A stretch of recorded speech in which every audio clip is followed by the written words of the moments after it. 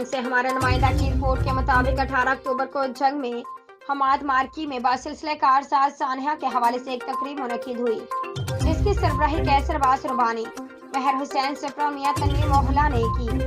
तकरीब में तहसील 18 हजारी के सदर PP 131 महर मुनव्वर अब्बास, उम्मीदवार PP हल्का 131 ने बतौर मेहमान खसूसी शिरकत की। राना फैसल हयात ने खिताब में शहीद सानहा कारसाज को खराज अकीदत पेश किया और फ़लस्तीन के मुसलमानों के हक में इज़हार यकजहती का ऐलान करते हुए कहा कि हम पहले की तरह आज भी अपने फ़लस्तीनी भाइयों के दुख में बराबर के शरीक हैं।